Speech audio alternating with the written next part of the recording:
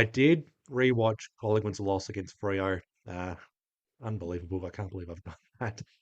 It's worse upon replay. I can't believe we've pissed away 4 premiership points. But the reason why I rewatched this game was for the inside 50 entries. 61 inside 50 entries for 5 goals.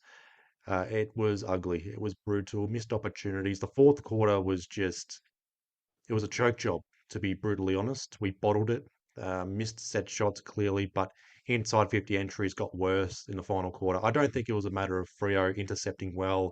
It was Collingwood just turning it over, not finding targets. Angus Anderson, good debut game, but he was guilty of this in the final quarter and just can't find targets forward of centre. It's very disappointing so far in 2026. In terms of the efficiency inside 50, we are one of, if not the worst teams in the competition.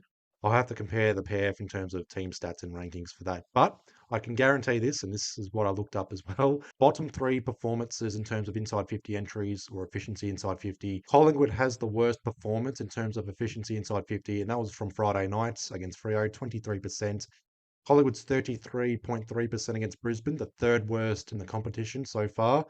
And ironically, Freo, the second worst, with 24.4% against us on Friday night. So that just shows just how bad this game was for both teams, to be exact. We defended well. Freo, they held up well, disciplined stuff. And here we are, 2 wins, 3 losses. We are staring down the barrel of bottom six. It's a long season. The season's not over. Like, let's just get out of the way. And I did say in the review that the next 2 games, Carlton and Essendon, we are likely to win those 2 games, even though Essendon, as of this recording, have just won their first game of the season. They've broken their losing streak. So they're not guaranteed wins. We are likely to win, but even if we win those games, it's bragging rights. But in terms of the context of the 2026 season, we have very little to gain, but a lot to lose. If we lose any of those games, if we lose both, then look out. But in this video, I'm going to provide food for thought in terms of our forward 50 structure. Now, I did receive positive feedback on my CBA analysis video, and I received a few comments asking me to do future analysis videos, which is fair enough. I did rewatch the Freo game, the Freo loss, and I did have a plan to do the inside 50 entries and break it down. More specifically for entries heading into Dan McStay and Jamie Elliott inside 50, but a lot of work, so I'll figure this out going forward. Just any analysis talk, feel free to leave a comment after the game's been done, and I'll have a look into it. But I was thinking about making a video on Sunday, and I've landed on this. So Dan McStay and Jamie Elliott, and just the cohesiveness they've got or they've shown, or the lack of so far in 2026, but also just since Dan McStay has come to Collingwood, and it's pretty damning as well. So for the next few minutes, I'm not going to display any vision from the game against Freo. I apologise for that. Just this is more of a stats breakdown compared to vision breakdown. So maybe going forward, there'll be vision breakdown depending on certain points of a game, and if we lose, if we win, or whatever. But next few minutes, I'm going to display some stats regarding Dan McStay and Jamie Elliott at Collingwood since the start of 2023. Basically, since when Dan McStay came to Collingwood. So, just breaking down the stats since the start of 2023, Dan McStay coming to Collingwood has played 42 games and has kicked 55 goals so far. In that time, Jamie Elliott has also been out with injury. Jamie Elliott has played 69 games and has kicked 125 goals. So Jamie Elliott in 2025 has kicked more goals compared to Dan McStay's entire time at Collingwood. Just realising that now. But I wanted to break down the differentials between when Dan McStay is playing and when Dan McStay is not playing, when Jamie Elliott performs. Dan McStay has not played a game where Jamie Elliott's been out, so I just want to throw that out there. But Jamie Elliott has played 42 games with Dan McStay and has kicked 66 goals. Without Dan McStay, he's kicked 59 goals. And I'll break it down year by year as well. So with Dan McStay in 2023, he played 14 games and kicked 23 goals. 2024, both players injured. Dan McStay returning from pre-season injury, Jamie Elliott having that foot concern. But Jamie Elliott played 5 games with Dan McStay and kicked 4 goals.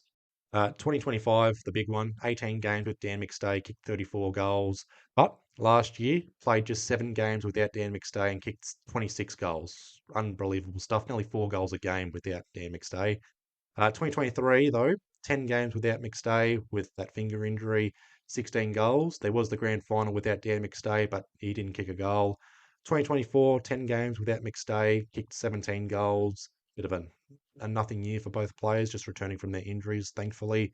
And this year, 5 games so far, 5 goals for Jamie Elliott, 8 goals for Dan McStay. I think it's 6 or 7 goals for memory. I'm not trying to do the 6-7 thing or whatever. And Schultz has kicked 5 or more goals so far in 2026.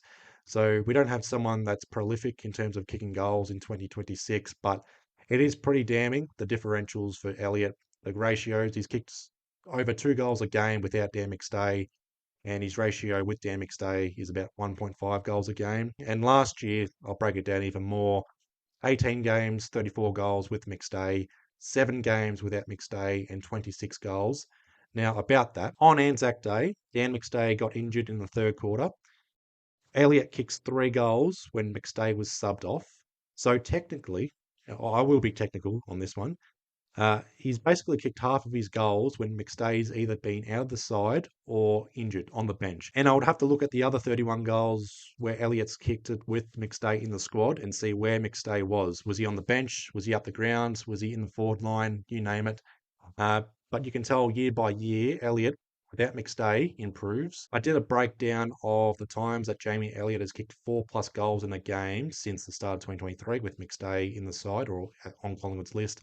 11 times since the start of 2023, he's kicked 4+ goals in a game. 8 of those games without Dan McStay, which is also pretty telling. 2023 against Freo, 4 goals. McStay's first game back from his finger injury. 2025, Anzac Day to be exact, McStay was injured. Elliott kicks 5 goals, 3 of those goals being with McStay subbed off. And round 17 against Carlton last year, 4 goals each, McStay and Jamie Elliott. The one time it all worked, that was where Lipinski was lacing out Jamie Elliott and McStay was finding his own footy. So, yeah, we play Carlton Thursday night. I'm hoping and praying Elliott and McStay work out. It's just the stats and the history and the breakdown of these numbers, it doesn't show it, unfortunately. And I start to wonder, do we have to drop McStay for this? Bring in someone like West or Buller. West and Buller, they're performing well in the VFL. Buller has had a shocking run at the AFL level so far in 2026, playing for Collingwood. But just thinking of the future and also just trying to help out Elliott. If you go back and watch the Freo game, which I highly advise not to, just take it from me and what I saw. The entries inside 50 were just bombing it long. Elliott can't jump for these pack marks each time, and McStay doesn't clunk contested marks for fun.